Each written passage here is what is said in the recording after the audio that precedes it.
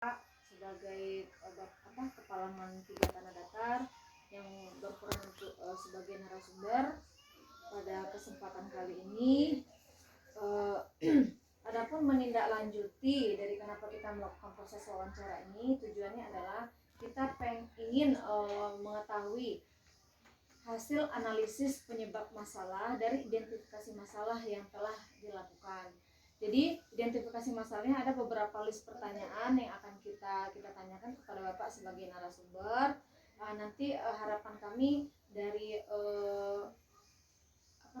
informasi arahan-arahan dari Bapak narasumber itu bisa kami jadikan sebagai hasil eksplorasi penyebab masalah. Karena untuk hasil eksplorasi penyebab masalah itu dari dua sumber kami ambil. Yang pertama itu dari kajian literatur, yang kedua itu dari hasil wawancara dengan Bapak narasumber. Mungkin langsung kita mulai saja Bapak. Yang pertanyaan yang pertama itu adalah kenapa sih rendahnya peserta didik kita ini mempunyai semangat belajar yang rendah di Mantiga Tanah Datar? Apa penyebabnya? Terima kasih. Assalamualaikum warahmatullahi wabarakatuh. Perkenalkan, nama Arumi Arnanda MAG, jabatan Kepala Madrasah Aliyah Negeri 3 Tanah Datar. Terima kasih pada pertanyaan yang pertama. Penyebab rendahnya semangat belajar peserta didik Mantiga Tanah Datar. Peserta PPG Angkatan Menteri Agama Angkatan 2 tahun 2022 ini. Mengenai rendahnya semangat belajar itu pertama ada beberapa faktor ya. Yang pertama motivasi dari diri peserta didik sendiri. Dia harus kembali kepada konsep untuk apa dia sekolah. Itu akan memberi pengaruh nanti kepada hasil dalam pembelajaran. Jadi kalau dia sekolahnya hanya untuk menghabiskan waktu, menghindari pekerjaan yang diberikan orang tua di rumah dan sebagainya, maka otomatis nanti pembelajaran tidak akan berbuah hasil yang baik. Yang kedua, motivasi dari orang tua. Hari ini mungkin bisa kita lihat orang tua itu dalam persentase itu 60% menentu suksesnya anak.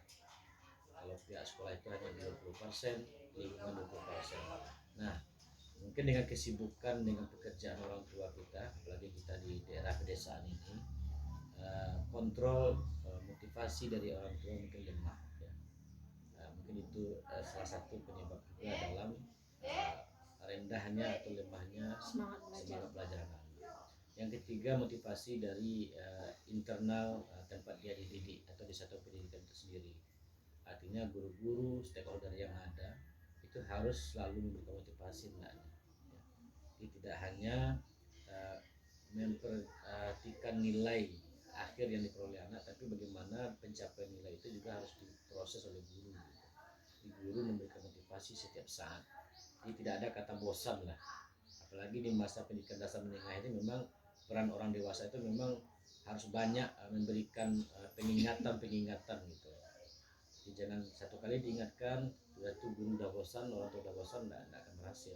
Maka kita harus setiap saat, setiap waktu lah mengingatkan semangat dan menumbuhkan motivasi kepada peserta didik. Kalau ini gimana Pak? Kalau terkait dengan model pembelajaran yang diterapkan di Mantiga Tanah Datar, bagaimana Pak selama ini sehingga semangat belajar peserta didik menjadi rendah? Dengan model pembelajaran yang diterapkan selama ini seperti apa Pak? Ya, berdasarkan supervisi kita masih banyak menggunakan model pembelajaran yang ortodok lah ya. Artinya model ceramah ya. Sehingga pengayaan dalam penerapan model itu masih lemah kita.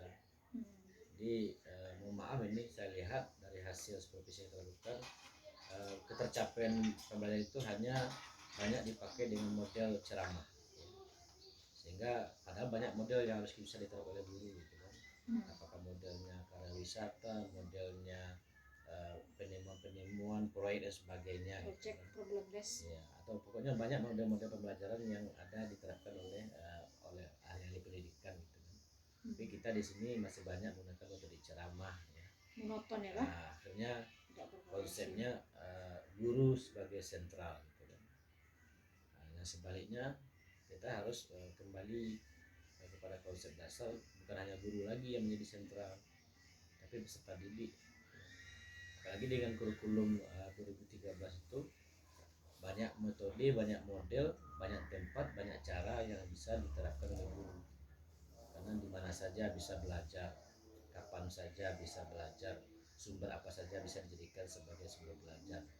Jadi kalau sudah seperti itu, maka konsep literasi akan mantap gitu. Tapi hari ini kan kita lihat masih banyak kita monoton gitu.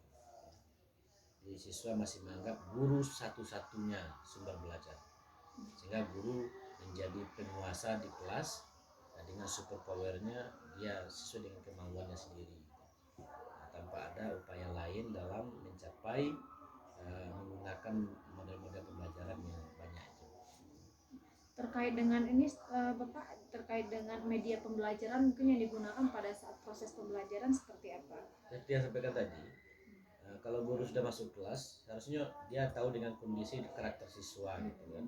Dia harus bisa melihat media apa yang akan digunakan sehingga ketercapaian tujuan pembelajaran itu bisa direalisasikan dengan baik. Hari ini kita lihat media itu yang dia masih berpatokan media yang disediakan oleh pihak sekolah saja. Padahal banyak media yang bisa dimanfaatkan, tidak hanya media yang bersifat elektronik saja gitu. Media yang dia bikin sendiri itu akan lebih bermanfaat lagi, ya, akan lebih paham lagi siswa. Nah, sehingga tujuan dari pembelajaran itu akan tercapai. Banyak menggunakan media, dan media itu disesuaikan dengan karakteristik materi atau penguasaan anak nanti. Di media kita masih media konvensional gitu. Karena tidak satu jalan untuk menciptakan media. Iya, sebenarnya bisa berbasis IT zaman sekarang ya Pak. Kemudian Pak, ini Pak, kenapa sih sebagian kecil siswa kita masih belum memahami materi itu secara keseluruhan? Apa penyebabnya? Di persoalan awalnya adalah informasi awal. Seharusnya sebelum pembelajaran dimulai itu kan ada yang namanya manajemen kelas. Kemudian manajemen kelas diterapkan lebih lanjut, itu penyampaian informasi tentang ketercapaian pembelajaran. Informasi ini yang kurang yang disampaikan oleh guru kepada anak.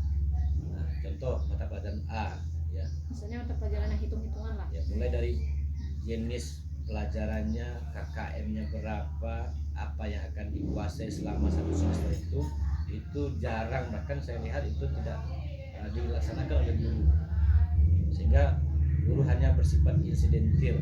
Bahkan dalam pelaksanaan RPP sendiri pun, RPP tinggal RPP, pelaksanaan di lokal pun sesuai dengan kemauan guru. Nah, jadi sehingga banyaklah ya tujuan dari pembelajaran itu tidak tercapai. Seharusnya kan disampaikan KKM-nya, kemudian tujuannya apa dari hasil pembelajaran itu. Nah, kalau sudah sampai seperti itu, kemudian disampaikan juga sumber-sumbernya apa saja yang bisa digunakan. Nah, mungkin tidak terkuasai di kelas, nanti anak akan bisa mencari di luar kelas gitu. Nah, sehingga hasil akhirnya akan mencapai sesuai dengan tujuan pembelajaran di sini. Terkait dengan model pembelajaran yang digunakan juga sama kan? Ya, sama itu. Tidak mengasah siswa untuk mengembangkan kemampuan berpikir kritisnya. Tidak menerapkan proses pembelajaran yang di mana siswa itu tidak, sehingga dia jadi tidak mampu mengkonstruksi pengetahuannya sendiri ya Pak ya. Kemudian Pak, berarti tadi model juga ya Pak ya, berarti eksplorasi banyak model ya, model pembelajaran mungkin belum sesuai. Kemudian Pak, ini ada lagi, kenapa sih kemampuan dasar matematika misalnya dalam operasi penghitungan peserta didik itu dalam pembelajaran itu sangat rendah, berarti kemampuan numeriknya itu kenapa lemah? Mungkin ini apa faktor awalnya adalah selain dari karena kita kan udah SLTA ya. Mungkin dipengaruhi juga oleh waktu masa pembelajarannya waktu di SLTP dulu. Ya. Itu salah satu indikator analisis juga, ya. Kemudian jadi analisa pembelajaran itu kurang jalan waktu di tingkat dasar dan menengah pertamanya mungkin. Ya. Sehingga kita di SLTA sudah menjadi keturunannya. Ya. Nah, samping itu mungkin dalam penerapan guru di kelas ya, cara dia mengajar mungkin otodidaknya mungkin terlalu killer ya. Seharusnya ini konsepnya adalah guru itu menampilkan seni ya. Nah, seni mengajarnya juga mungkin agak berpengaruh kepada hasil pencapaian. Berarti model pembelajarnya ya Pak ya. Selain kontennya, ya sebetulnya pelajaran itu tidak ada yang sulit. Iya. Cuman mungkin cara menampilkannya mungkin jadi Seni menyampaikan. Sehingga siswa jadi sulit untuk menganalisis atau menginterpretasi yang sifatnya seperti data dalam tabel mungkin dalam bentuk grafik, jadi sulit dia menginterpretasinya ya Pak ya. Jadi seorang guru itu kaya dengan cara gitu kan. Kalau nggak mempan dengan cara ini dipakai. Ya. Kalau nggak ngerti dia dengan hitung-hitung seperti ini, dengan model yang lain diterapkan gitu, dipakai oleh guru. Jadi artinya kembali kepada guru dan motivasi dari anak dalam belajar. Di samping itu juga penampilan. Ini penampilan kita akan pernah juga bagi siswa. Kalau guru tampilnya sudah menakutkan, itu akan berpengaruh pada psikologi siswa didik. Ya. Yang pelajarannya mudah menjadi sulit. Iya. Tapi kalau diawali dengan penampilannya menarik, guru mengajarnya dengan hati, dia mengerti tentang kondisi kita sebagai siswa, sesulit apapun mata pelajaran itu akan mudah. Ya. Nah, makanya ada kata cintailah dulu siswa Anda, nanti siswa akan mencintai Anda. Ya, artinya mengajar dengan hati, dengan seni. Ya. Banyak senyum lah. Sudah mata pelajaran kita agak berat menurut kognitifnya, tapi penampilan kita dan mengajarkan killer itu akan berpengaruh itu. Nama aja disebut takut kita. Ya. Kalau kita tidak menggunakan seni dan model yang banyak itu. Terkait juga nggak Ustaz, mungkin siswa belum terlatih gitu atau belum terbiasa dengan menganalisis, mungkin itu tadi terkait Ya, mungkin pengaruh dari awal tadi. Pengaruh dari awal model pembelajaran yang diterapkan di kelas itu mungkin belum mengasah kemampuan numerasi dia ya Ustaz ya. Karena tadi dia masih berbasis ceramah. Jadi belum terlatih, belum terbiasa ya. Kemudian Pak, mengapa sih kok konsentrasi peserta didik saat belajar itu mudah terganggu? Apa penyebabnya konsentrasi? Ya kalau kita lihat anak tuh nggak fokus gitu di zaman teknologi ini itu pengaruhnya adalah pengaruh dari media Android yang dia gunakan. Kalau saya melihat langsung dengan mata kepala dengan pengaruh dari media ini yang dimanfaatkan secara negatif oleh anak ya, yang belum tahu manfaat baik buruknya, dia hanya terinspirasi oleh hiburan-hiburan, ini berpengaruh dalam konsentrasi dia. Sehingga tadi malam dia sampai jam 12 atau sampai jam 11 malam lihat HP, main game atau hiburan-hiburan yang belum pada masanya dia tonton. Nanti besoknya akan berpengaruh, akan teringat yang semalam ya. Jadi konsentrasi dipengaruhi oleh lingkungan. Berarti bisa internal bisa eksternal ya? Bisa internal bisa eksternal. Jadi kalau yang internalnya berarti mudah terganggu konsentrasinya mungkin pengaruh yang dia gunakan tadi malam. Berarti kalau yang HP berarti eksternal ya? HP. Selain HP yang eksternalnya apa lagi? Mungkin dari keluarga mungkin. Keluarga yang broken. Ada keluarga yang mungkin sebelum dia berangkat sekolah sudah ada bahasa-bahasa yang tidak sejuk pada dirinya kan. Kita minta belanja contohnya. Ya, nanti akan berpengaruh dalam konsentrasi dalam sekolah nanti. Atau konsumsinya kurang ya.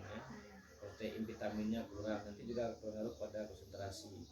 Ditambah lagi dengan manajemen seorang guru di kelas itu yang tidak memfokuskan. Iya, model berarti terkait juga model pembelajaran lagi Pak ya. Model pembelajaran yang manajemen kelas itu sangat penting oleh seorang guru. Kemudian manajemen kelas. Jadi sebelum kita mengajar kita siapkan dulu siswa kita. Jadi mungkin belum disiapkan udah langsung aja mengajar sehingga anak-anak konsentrasi. Ya. Kemudian lingkungan lain, lingkungan di sekitarnya pengaruh lokal sebelah yang ribut dan sebagainya kan, juga berpengaruh pada konsentrasi. Kalau yang dari dalam Pak pengaruh konsentrasi itu tadi ya? Ya. Kalau yang pengaruh dari dalam ada terkait dengan motivasi nggak internal? Kalau dari internal pribadi anak itu dari motivasi dia dalam belajar. Motivasinya rendah ya. Rendah. Oke. Kemudian kenapa sih proses pembelajaran yang dilaksanakan di MAN 3 itu belum mengakomodir kebutuhan belajar peserta didik? Di sini kita ada istilahnya pembelajaran berdiferensiasi. Kenapa hal itu bisa terjadi gitu, belum mengakomodir apa penyebabnya kok sampai belum terakomodir kebutuhan belajar siswa yang ada di Menteri Tanda Data. Contohnya Oh, contoh seperti ini Ustaz, mungkin selama ini kan pembelajaran diferensiasi itu kan kita memberikan ragam pilihan kan kepada siswa sehingga siswa itu mampu mengekspresikan sesuai dengan minat dan bakatnya kan seperti itu. Mungkin selama ini kita masih memaksa, misalnya kan anak ini kan ada yang pintar ada yang tidak pintar kan, selama ini kita kan semua masa anak harus sama semuanya kan, misalnya tuntutan tugasnya sama, terlepas dari KD-nya sama, tapi kan tuntutan tugas kadang ada juga yang setiap anak itu kan kemampuannya untuk menerima materi, kemudian kemampuannya untuk membuat suatu produk dari hasil proses tadi kan itu kan berbeda-beda. Itu kenapa kok jadi, bisa kita belum bisa mengakomodir itu gitu. Jadi seorang guru belum bisa mengklasifikasikan karakteristik siswanya. Berarti belum memetakan ya Pak ya. Oke. Ya, ini anak yang pintar, ini yang sedang ya. Nah, ini yang bodoh. Ya, kalau bodoh tidak ada itu. Kalau bodoh dia mungkin dia di sekolah luar biasa, di inklusi gitu kan. Jadi artinya kembali kepada sang guru dalam memetakan kemampuan anak. Kalau dia sudah mampu memetakan si A, anak ini targetnya hanya capai 40 ya. Yang si B 60 yang si C 80 mungkin. Nah, bagaimana strategi yang dilakukan oleh guru ya. Berarti strategi pendekatan ke anak belum tepat ya Ustaz ya. Strategi pendekatan ke anak belum tepat ya. Yang sangat naifnya kan seperti ini, ketika ada anak yang bermasalah di kelas ini tidak boleh dipaksa, dia disamakan dengan anak yang lain. Iya nggak bisa, ternyata di sini baru tahu belajar Pak. Jadi ketika ini ternyata anak tuh nggak boleh dipaksakan dia harus sama semuanya, nggak boleh, ternyata ada perbedaannya. Jadi kita nggak boleh egois sebagai guru. Jadi memang kapasitas kita kan berbeda-beda. Ada yang satu gelas dikasih udah lepas dahaganya. Ada yang baru setitik saja udah lepas. Ada yang sudah satu drum dikasih belum juga lepas kan dahaganya. Nah, disinilah seorang guru melihat dan harus cerdas gitu kan, cerdas melihat kemampuan siswa, kemudian apalagi maaf ini kita di Mantiga ini nanti faktor keluarga itu penentu juga itu. Jadi kita tidak boleh menyamakan anak itu ya. Dan juga tidak boleh membeda-bedakan background keluarga siswa ya. Background keluarga siswa itu berarti nanti terkait juga dengan model yang diterapkan dasarnya, jadi nggak sesuai dengan minat dan bakat anak kan. Kemudian hal yang sangat krusial adalah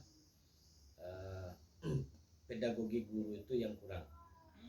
Itu yang saya lihat. Kemampuan ya. Pedagogi. Kalau banyak guru kita banyak yang cerdas, ya. Banyak yang bisa mengajar. Pedagogi ya. kurang. Banyak yang bisa mentransfer knowledge, ya, pengetahuan kepada orang lain. Tapi pedagoginya, ilmu mendidik itu yang harus dikuatkan lagi, ya, ditambah. Mulai dari didaktik, metodik, strategi, ya, kemudian validitasnya, di bagaimana win-win solutionnya itu harus dikuatkan lagi. Jadi kita tidak boleh melabel seseorang siswa bodoh. Ya. Kita tidak boleh melabel siswa nakal. Ya. Nah, bagaimana kita harus memberikan konsep seluruh siswa sama di mata guru, dan kita harus memberikannya sesuai dengan kemampuan mereka masing-masing. Konsep mengajar dengan hati yang harus diutamakan. Jadi kalau kita dekatkan hati kita dengan anak, ya, dan kita doakan anak kita, itu otomatis itu salah satu solusi nanti. Mungkin dengan doa kita terbuka hidayahnya anak yang nakal, anak yang bodoh, mungkin cerdas dia suatu waktu. Makanya kembali kepada hati seorang pendidik. Tadi adalah pedagoginya harus dikuatkan lagi. Kemudian Pak, untuk yang terkait dengan kesulitan belajar siswa juga, itu kan ada faktor eksternal juga, Pak. Di sini yang jadi permasalahannya tidak memadainya sarana prasarana atau fasilitas yang mendukung proses pembelajaran. Kenapa Pak? Kalau untuk dekade 3 tahun terakhir rasanya untuk sumber belajar kita itu sudah memadai. Gitu. Nah, yang tinggal adalah kemauan anak dalam literasinya lagi, ya. Jadi masih lemahnya literasi siswa dan guru kita dalam memanfaatkan sumber yang ada. Bahkan kita di madrasah setiap tahun beli buku, ya, beli sumber belajar, buku tulis, buku paket, buku pegangan guru. Kemudian kita juga bisa memanfaatkan media browsing ya yang ada pada masing-masing HP Android guru dan anak. Nah, kita juga menyediakan akses internet.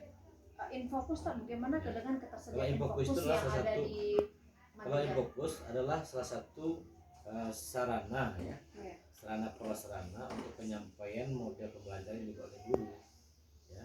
Memang kita masih terbatas ya. Nah, tapi itu tidak bisa kita jadikan Infokus bukan satu-satunya jalan. Atau gini, ada juga pengaruh nggak Ustaz? Mestinya anggap ini sarana prasarana ada yang terbatas gitu, dasar kurang.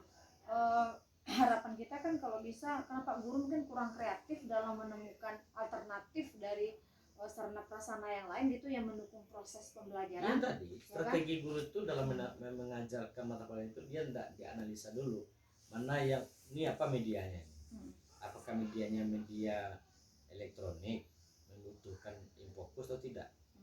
Dia harus dipetakan dulu ya muatan materialnya itu.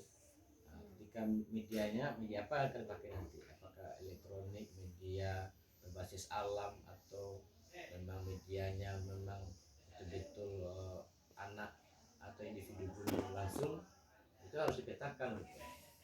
Ini butuh kepada penguatan ya, ini harus tambah. Nah, ini kita butuh media ini, maka ketika butuh Infokus pakai Infokus. Kalau tidak pakai Infokus, ngapa harus pakai Fokus semuanya?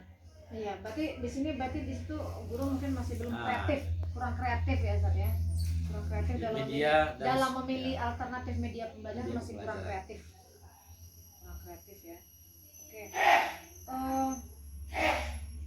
Yang identifikasi berikutnya di sini masalah hubungan antara guru dengan peserta didik. Selama ini mungkin komunikasi masih kurangnya atau kurang intensnya komunikasi efektif antara guru dan peserta didik. Apa penyebabnya? Yang tadi cap awal itu sudah salah gitu. Kita sudah menilai anak itu sudah memandang siswa. Karena tadi itu kalau hati kita sudah tidak senang dengan anak, itu nanti anak bisa merasakan langsung ya. Maka tidak ada keterdekatan antara guru dengan siswa ya. Jadi kita dari awal sudah menilai anak itu sudah jelek gitu. Sehingga ada yang mohon maaf ini prodi yang lalu itu disamakan dengan prodi sekarang. Sehingga dalam konsepnya dulu mau ditu anak tuh kan, pasti anak sekarang mau ditu gitu. Nah, nggak boleh seperti itu. Jadi kita sudah menilai dari awal ya. Jangan dilihat dulu ya. Coba rasakan, coba didalami dulu anak itu apa masalahnya. Nah, baru kita lakukan pendekatan. Jadi terjadinya gap atau jarak antara guru A dengan siswa itu karena faktornya adalah dari guru sendiri. Berarti ada media komunikasi yang buruk kali ada juga ya. Komunikasi yang buruk. Ya. Media komunikasi yang buruk. Dan bahasa yang sering Pak sampaikan itu bahasa. Ya. Bahasa adalah cerminan kepribadian bangsa. Jadi kalau bahasa kita sudah sampaikan bahasa kasar, apalagi bahasa negatif kepada anak, kepada individu anak, itu jangan diharap akan berhasil ya, pembelajaran kita. 100 kali kita bina anak itu, tapi bahasa kita masih menggunakan bahasa yang negatif tadi, itu tidak akan mempan gitu. Maka kembali pada konsep bahasa, kemudian komunikasi yang komunikatif. Oke Pak, selanjutnya Pak, mengapa sih guru belum optimal dan kurang kreatif dalam memilih atau merancang dan menerapkan model pembelajaran inovatif yang sesuai dengan karakter materi dan peserta didik? Apa penyebabnya? Kalau saya lihat dari hasil monitoring dan supervisi itu adalah kembali kepada diri individu guru. Karena guru kita pada tataran zona nyaman. Zona nyaman. Dia harus keluar dari zona nyaman. Kalau dia ada keluar dari zona nyaman, berarti dia akan bisa berinovasi, kreatif, mencari model, mencari sumber untuk pembelajaran.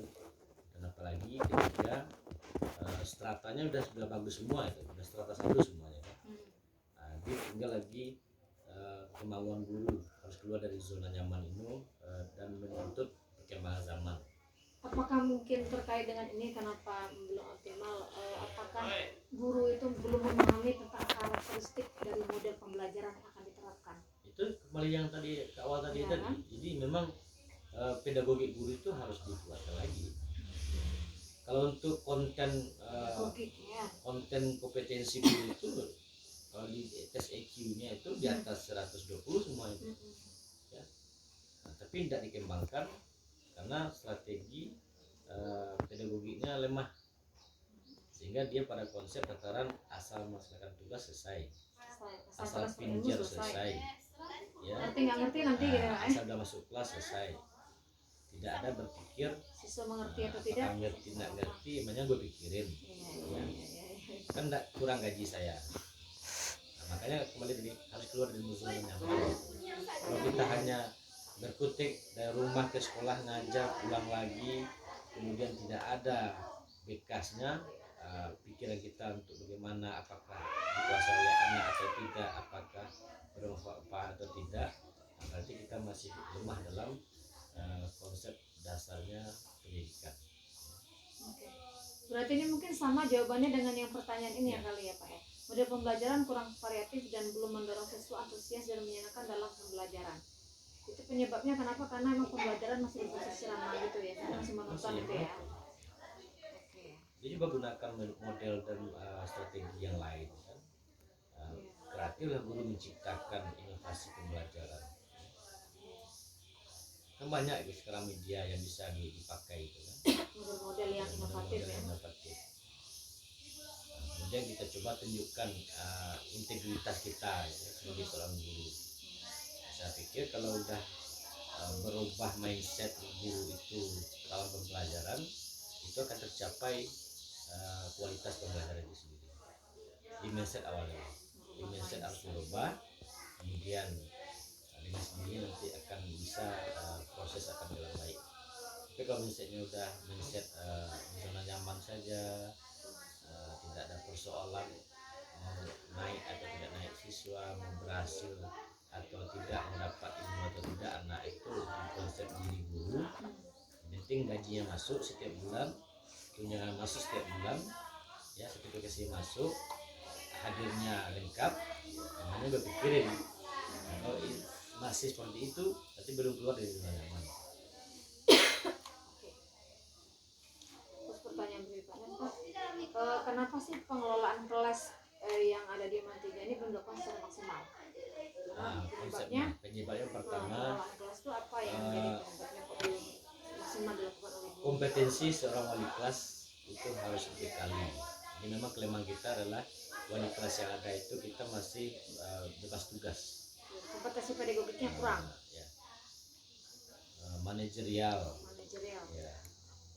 Seorang wali kelas memanage kelasnya, membagi habis tugas. Yang guru bidang studi, yang guru mata pelajaran ini kaitannya ke guru mata pelajaran. Nanti yang mengajar di kelas itu.